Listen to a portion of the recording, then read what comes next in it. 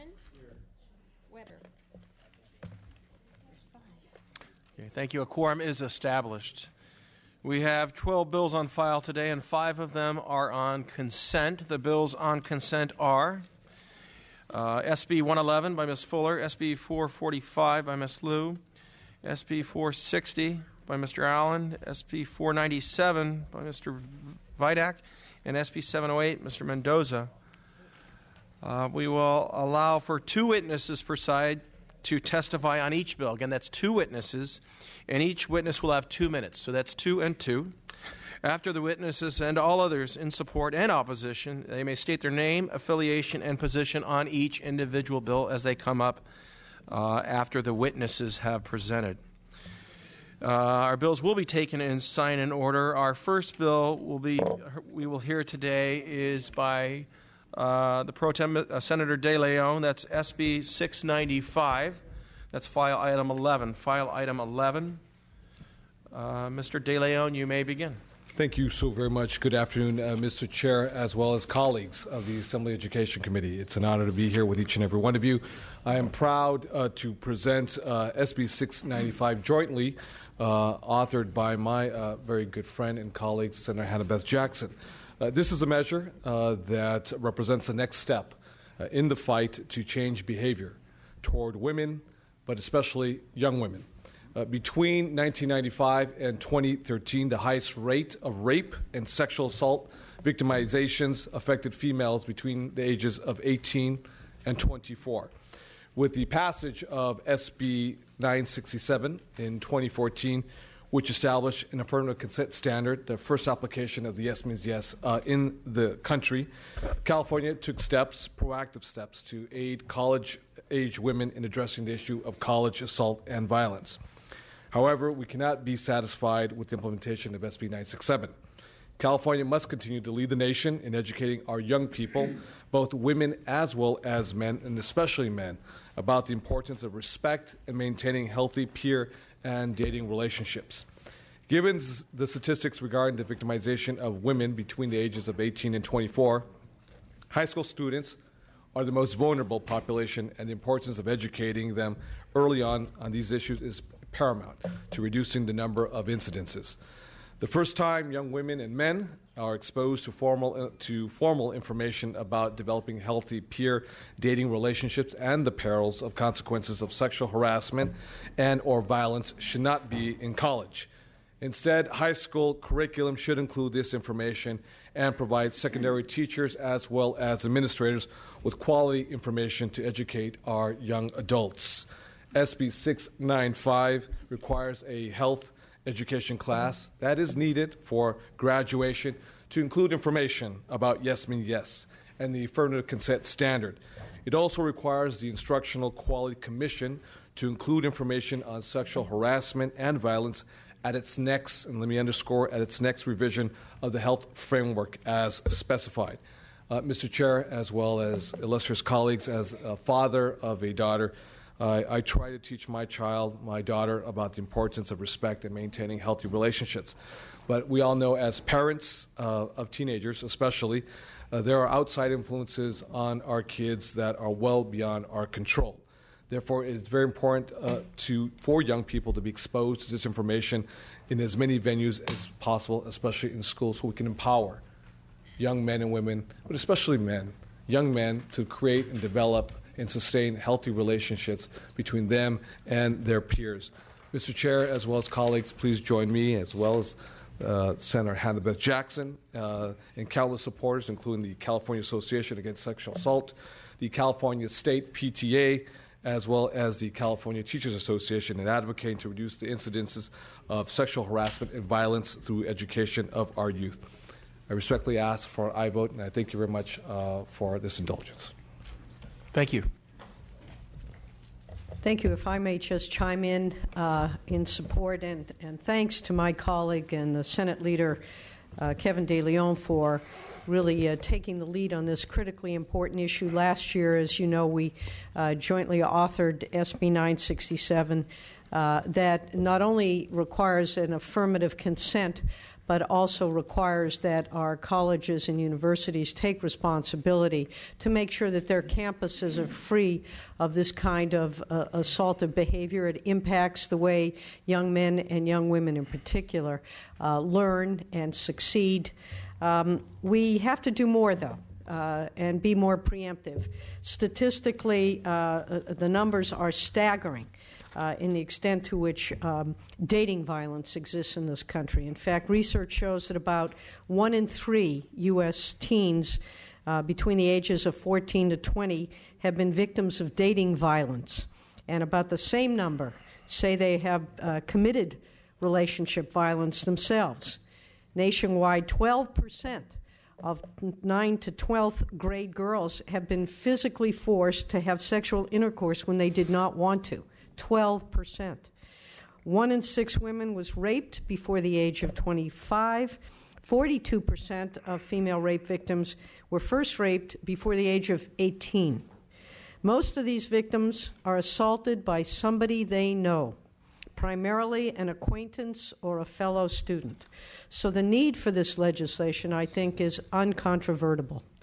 And yet here we are trying to address this issue in a society where I think we all acknowledge violence has really permeated everything we do. I think it's critically important that our youth, as at the earliest possible ages, during their classroom experience when we teach about health and healthy relationships, we talk about the importance of respect between men and women. We talk about the importance of nonviolence in relationships. And this is a measure that will help us to achieve that and allow us to continue taking the necessary steps to create safer and healthier educational environments for our kids, which will not only help reduce the incidence of sexual assault, but instill in them positive, lifelong values for men and women within our communities. And again, I want to thank Senator De Leon for his leadership and urge you to support this measure with an aye vote. Thank you, and I believe you have a couple witnesses here today, Senator. Yes, please, if you be so kind enough. Mr. Chair, if they could share a few words as well. Thank you, Mr. Chair. Hi, my name is Avni Parikh, and I am the co-founder of Students for Sexual Respect at New York University, but I have graduated from a high school in Southern California. I'm here today because I'm very happy. I am so proud of California for being a leader in the fight against sexual assault, and that we are acknowledging that there is a problem in our high schools, not just on college campuses.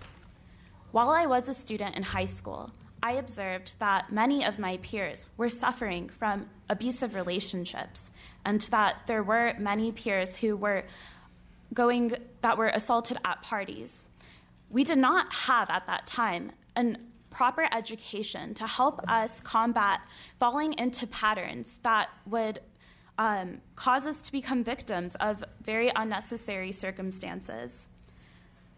I believe that what we are going to pass with this potential bill will help so many people from suffering in silence, and instead we will create a culture of respect.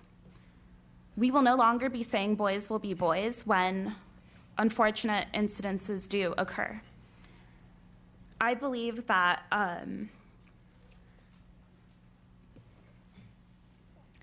with passing curriculum and ensuring that teachers know exactly what needs to be taught, we will be playing a significant role in helping not only the nation, but other countries even understand that yes means yes. Thank you. My name is Melissa Dittrich. Do I have to press the button? My name is Melissa Dittrich. I'm a sociology major at UC Davis and also a member of the Women's Health Club on our campus. We came up to the Capitol last year to support SB 967 and affirmative consent, and I just want to say I also support this bill and think it's great that we're trying and hopefully going to bring affirmative consent into high school education classes. Thank you. Other witnesses in support? You can state your name, your affiliation, and your position on the bill. Good afternoon, Mr. Chair, members of the committee. Ron Rapp, representing the California Federation of Teachers, speaking in support of SB 695. Thank you. Mr. Chair and members, Isabel Garcia on behalf of the California Teachers Association. We're in strong support of age-appropriate prevention education and commend the author for the bill. Good afternoon. Sarah Botches with the Association of California School Administrators, also in strong support. Rebecca Gonzalez, National Association of Social Workers, California Chapter, in support. Ismael Contreras with the UC Student Association and a student at UC Berkeley, proudly in support. Thank you. Any opposition on this bill? First, the committee, just let me make a few comments, Senator. As a high school teacher of many years, a father of two daughters who are not yet high school age, I just want to thank you for bringing this forward, because college is too late. Should we teach affirmative consent in college? Absolutely. But college is too late. And that's what I really think this bill is about.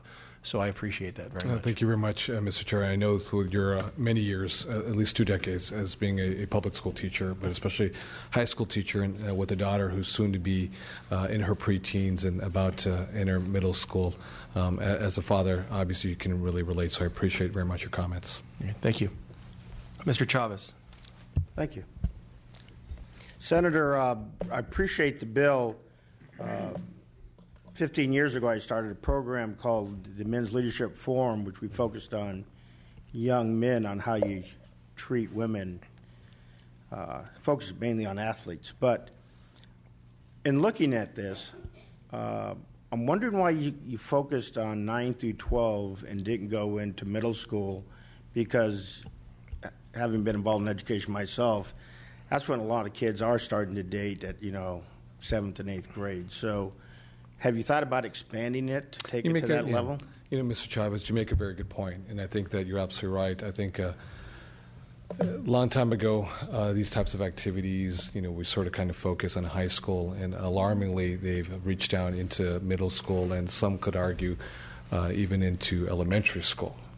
These types of behaviors, we've sexualized young girls, and obviously society is dramatically different with social media and all the pressures that folks feel. And like you said, I have much respect to your leadership, easily over a decade ago, in terms of implementing solid values for young men and how to comport themselves in such a manner. That's a thought that we can definitely look into. Obviously we just moved last year, Senator Jackson and myself, the first Yes Means Yes affirmative consent measure, first of its kind in the nation. We decided to go incrementally into high school, but I think we're very open to that, and perhaps we may end up working together if we go into the middle school level. Well, I appreciate that. Maybe next year we can do a joint bill on this, because I really think it needs to go earlier. Conduct, social conduct needs to be part of the environment, the culture.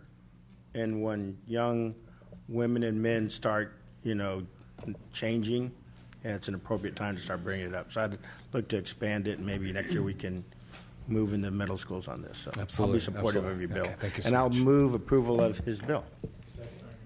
Been moved and seconded. Do we have any further committee comment? Mr. Thurman. Thank you, Mr. Chair. I want to thank the Senate President Pro Tem and Senator Jackson for bringing this bill forward. As a new school board member, sadly, we encountered so many situations where young people were harmed, young women were harmed, and communities were just harmed by sexual violence and by violence in general. And in responding to incidents, what I appreciate about your bill is that it's proactive. We're not waiting for more to happen. We're saying let's educate young people about interactions and about affirmative consent. And I am curious if there are going to be partners who can work, who are trained to facilitate these conversations. What we found in one incident were just a lack of civility, really, in cases where students were causing harm to other students without giving any consideration about what would you feel like if this had been done to you. And we ended up bringing in a number of organizations to really help facilitate the conversations, people who had specialized training to help us have the conversation so that there wasn't more harm done by well-intentioned folks trying to lead the conversation, but bringing in, We brought in a group, our local Women Against Rape organization actually has a program geared specifically for talking about violence with young men, and then they do it with young men and young women. And wanted to know if there would be a way to bring in those groups that have the expertise to lead the conversations, and for student groups like the young people that we heard from today. And thank you for your testimony and your advocacy to bring in the youth commissions and the student leadership groups that can help to give perspective about how those curriculums should be shaped and designed to make sure that they have the maximum impact. I share those concerns, and also with the Assemblymember Chavez, and we have discussed this. You know, part of this is also shifting the culture within the education community, that part of educating our students, sadly enough, has to be in interactions with each other.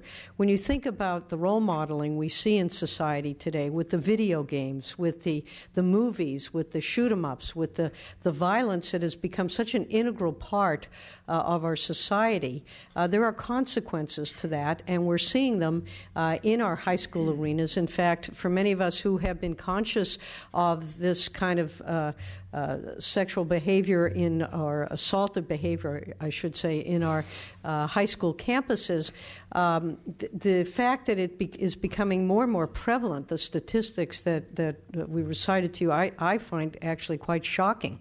But the colleges, the high schools, and perhaps even at lesser grades have failed to keep up, I think, with the realities of what our society, what our young people are being exposed to.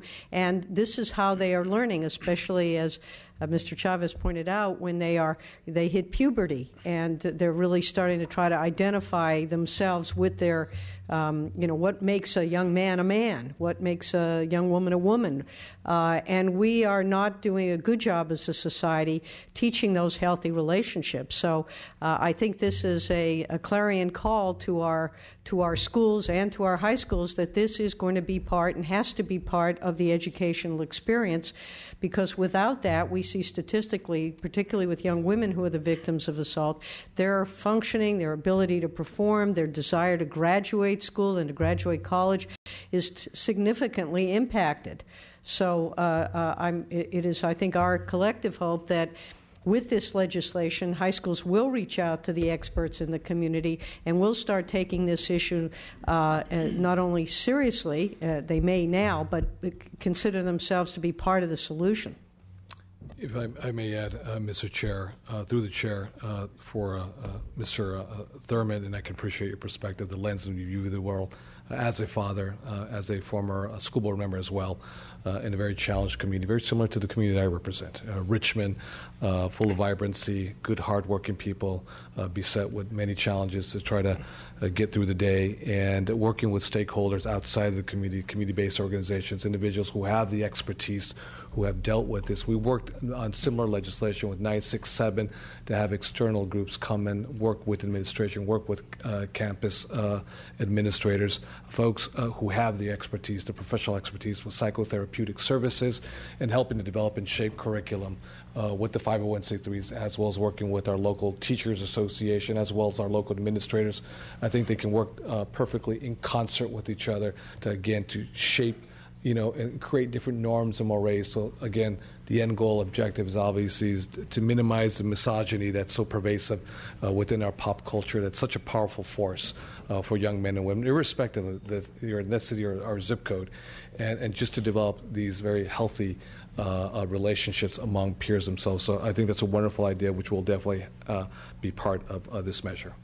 Again, thank you to both authors and to the two witnesses who spoke today. I'm happy to support your bill. Thank you very much. Thank you so much. Thank you, Senator. And I appreciate the conversation here today. It's about being proactive.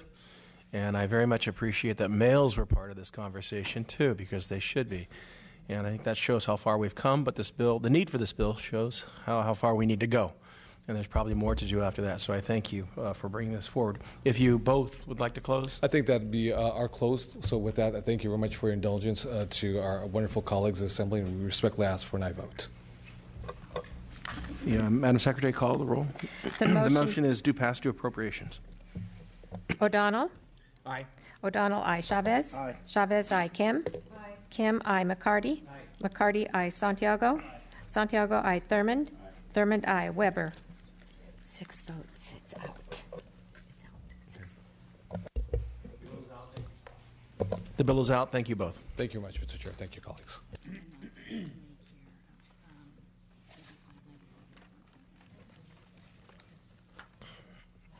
I'd like to also announce that AB 597 by Senator Huff is on consent. That's AB 597 by Senator Huff.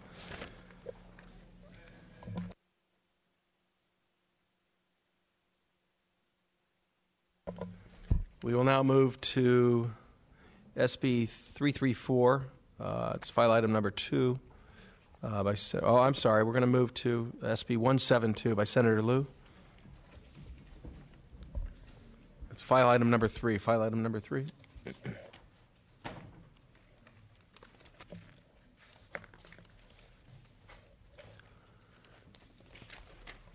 Senator Liu, welcome, and you may begin when you're ready.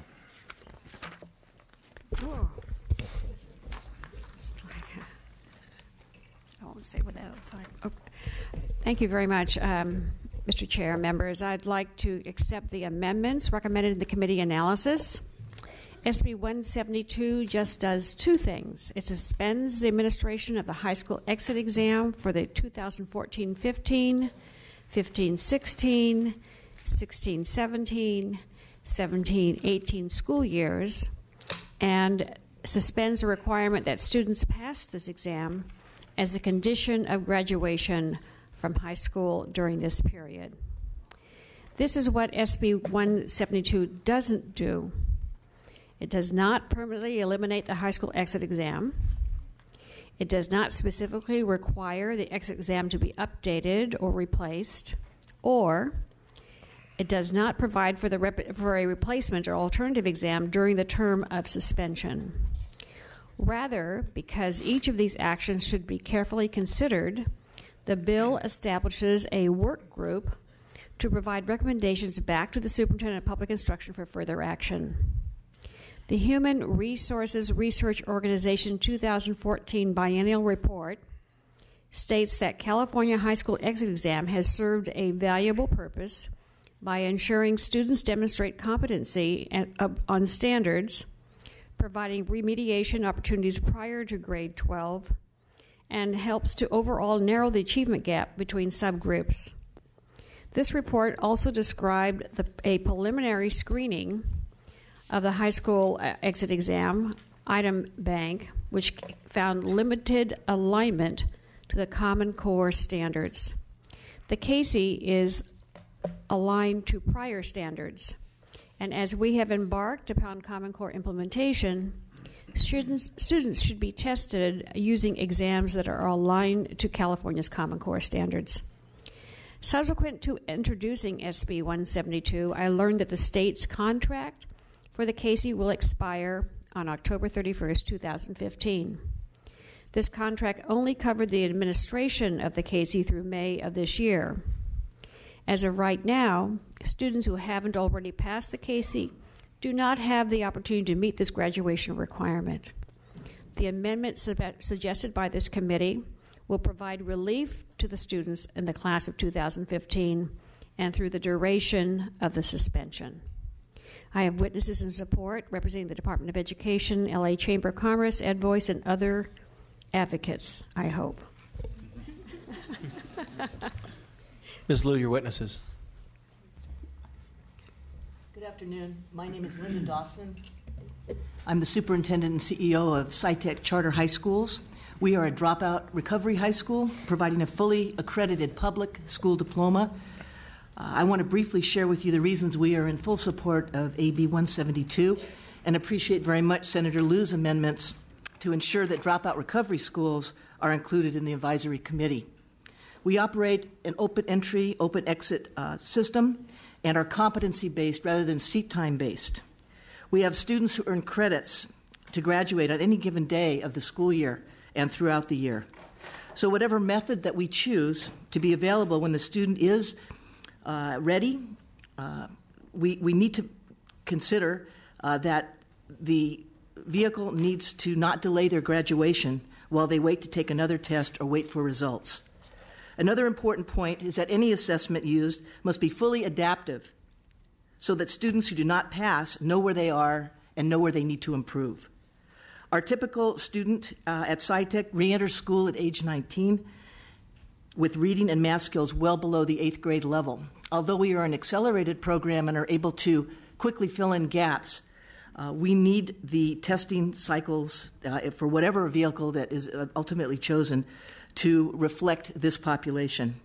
Our program is designed to accelerate learning, but it's important that any assessments mandated by the state serve the student as well as the educators. I believe it's important to include a voice for re-engagement on the exit exam advisory committee. Thank you. Good afternoon. Sue Vang on behalf of State Superintendent of Public Instruction, Tom Torlakson, sponsor of this bill. California's public education system has undergone sea change since 2010.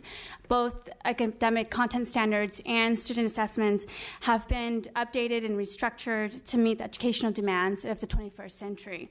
With the instructional shifts, a major review of the high school exit examination requirement is necessary.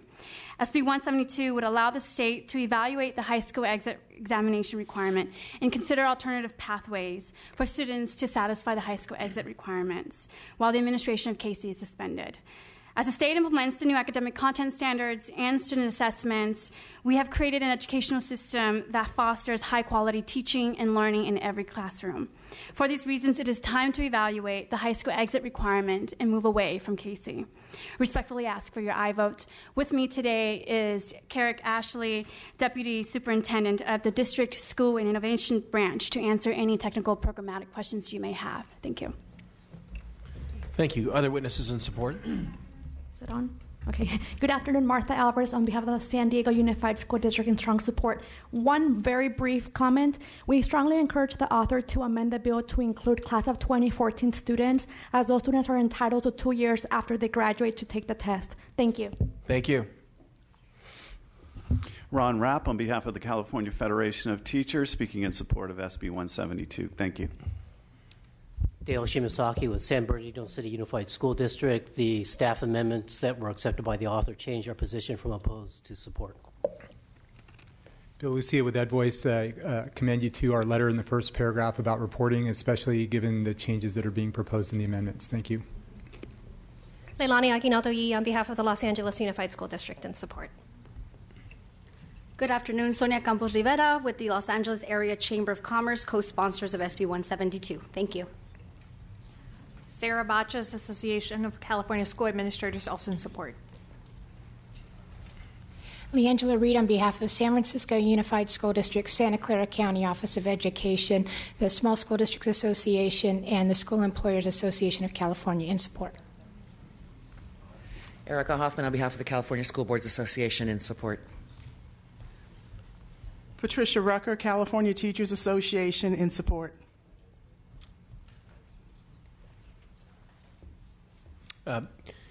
Any witnesses in opposition? Yes, thank you. Liz Guillen with Public Advocates. We had originally expressed opposition, but we have withdrawn that now thanks to the committee amendments, and we really appreciate the author taking them. We had been very concerned about the lack of clarity on school districts' part about the effect on students in the graduating class of 2015. We were getting lots of calls in the late part of May and beginning of June because students who had not passed in May were being told that it wasn't clear what was going to happen, whether or not they would receive a diploma. I do think that the question of whether or not this issue applies to students in prior classes is still one that may have to be grappled with. But for now, we feel that these amendments are helpful, and we withdraw our opposition. Thank you. Chair O'Donnell and members of the committee, my name is Doug McRae. I'm a retired educational measurement specialist from Monterey. For 45 years, I've developed and implemented large-scale assessments, administered more than one-third of the population, K-12 population across the country. And for almost 20 years, I've advised California members, policymakers, on the design and development of statewide assessments. Suspending Casey before A legislative determination on continuation or repeal of a high school exit exam is both premature and poor educational measurement policy and practice. It biases determination by the legislature. If the legislature makes a determination to continue the program, then that option should be accompanied by recommendations how to coordinate that high school exit program with the new CASP statewide assessment system. If the legislature makes a determination to repeal the program, that option should be accompanied by recommendations how to sunset the program in a thoughtful manner. The argument that Casey should be suspended because it's not based upon the new Common Core standards is not a legitimate argument. Casey is a minimal skills test for the achievement necessary for a high school diploma in California. It's not dependent on the 2010 Common Core, which is focused on career and college readiness. Also, students from the classes of 2015, 16, and 17, the students most affected by the proposed suspensions, have not received instruction based on the Common Core, which further shows this argument does not hold water. Regarding suspension beginning this coming school year, we have a statute in place and we have a budget to execute the program, yet the bill now allows for suspension of the program because the CDE has failed to procure an operations vendor for the program. Administrative malfeasance to avoid statute with budget authority should not be allowed to prejudice a policy decision that rightly belongs to the legislature.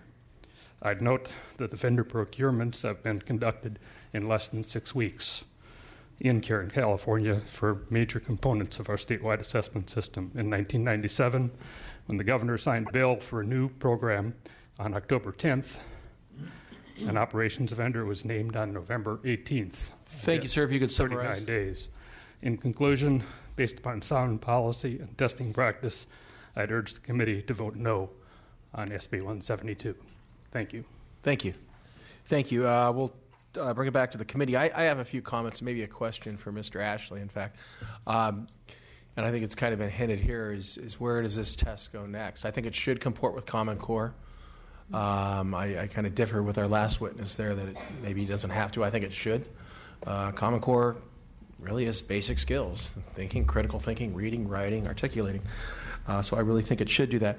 I met with a group of Long Beach teachers, Long Beach area teachers, a few weeks ago. In fact, the superintendent was there. And one of the issues that came up was teachers didn't always feel that students were that engaged in the high school exit exam, and maybe, and even the Common Core test. And they thought, wow, if you could comport the two, if the two could happen at the same time, or maybe even in the same test, maybe that might be a good thing. Are we looking at that possibility as we head down the timeline? Thank you, Mr. Chair. Carrick Ashley, Deputy Superintendent, Department of Education. So I think that's the very purpose of the bill, to consider what the options might be moving forward, because it does not make any sense to continue to give an exam that's based on old standards. We certainly don't want to give a mixed message to our teachers in our schools as to what standards they ought to be teaching. The California exit exam has done what it was intended to do, which was to raise the floor, and now 97% of our students pass that exam. So I would agree with the feedback that you got from the Long Beach teachers that many students are not engaged. Many of them, most of them, pass it in the 10th grade and don't think about it again, of course. So it's time to move on to look at other options to see how, if we want to even continue with having an assessment as an exit exam requirement, and if the legislature would choose to do that, then what assessment is most appropriate for that purpose? Thank you. Other members of the committee wish to comment. Mr. Thurman. I'll start by moving the bill and thanking the author for bringing it forward. I wanted to just ask if there were examples from other states that have done the same thing, realign their exam with state standards in the same way, and what has that experience taught them? What can we use from that about where we should seek to reach for our students' success, and what challenges might come with that? Because we know that the exit exam, in spite of having 97% passage rate, we know that the experience of the exit exam has been fraught with many challenges for many of our students and many of our families. So what experience can we draw from other states? And I hope that this bill sails through the Assembly, sails through the Senate, jumps off the governor's desk for the signature. But aside from all of that, will anything else be required as it relates to meeting the graduation requirements? I want to make sure that no students will get jammed up during the suspension and we find out that some student is told that they cannot graduate as a result of our action. So let me address the last part of your point there. The bill would address that so that no student is held up from receiving a diploma. What we can learn from other states is that other states are in a very similar position to ours. I think there are about 13 states with exit exams, but there are other states that are either adding an exam or taking an away exam, because all states are similar to California in that they have a new assessment based on new standards. And so they're examining what they have done in the past as to whether it is still appropriate. Do we want end-of-course exams? Do we want a cumulative type of an assessment? Do we want a portfolio requirement or some other local requirement to replace an exit exam requirement? So there are a lot of options. I'm not sure we can learn a lot from other states. I was just at a conference last week with other state representatives, and they were expressing the same dilemma, if you will, or challenge, that they're now looking at what they've been done in the past on old standards and what they want to do moving forward. Well, California used to be number one in education. So even though other states haven't done it, we're in company with others. Let us be the first. Let's just do this in a way where we make California education number one for our students again. Thank you. Great. Thank you. Thank you, Mr. Thurman. Yes? Go ahead, Ms. Kim. Yes. Thank you, Senator Liu, and I appreciate my colleagues and everyone who is here for having this discussion. Honestly, I'm really torn on this issue. I believe we should have a minimum skills test for students before they graduate, and discussing the suspension of high school exit exam, in my view, is premature. And I'm frustrated with the situation that we find ourselves in, having let the testing services contract expire. This legislation calls for convening an advisory panel to provide recommendations on the continuation of the KC and on the alternative pathways to satisfy the high school graduation requirements. My thought is, why couldn't we do it at the same time? Not having exit examination during the academic years 2016 through 2018 through 19, I just don't think that is doing the service. And because of that, if I may finish, I feel like we're putting our students, in a no-win situation to graduate. So being torn on this issue, I'm not convinced if this is the direction we need to go. So I'm going to lay off the bill today until I have more time to weigh in on this policy shift. But I do appreciate the committee's amendments, and I think it's a step in the right direction, but I just am not convinced in order to support the bill today. Thank you, Ms. Kim. Seeing no further comment, you may close. Ms. Liu. Well, I want to thank you all for the conversation and simply ask you for your support in the bill. I think there's lots of work to do as we move forward, and we need to serve our young people the best way we can. Thank you. There has been a motion. The motion is due pass as amended to the Appropriations Committee. Madam Secretary, please call the roll. O'Donnell. Aye. O'Donnell, aye. Chavez. Aye. Chavez, aye. Kim. Not voting. Kim, not voting. McCarty. Aye. McCarty, aye. Santiago. Aye. Santiago, aye. Thurmond. Aye. Thurmond, aye. Weber. Thank you very much, members. The bill is out as 5 votes. Thank you, Senator.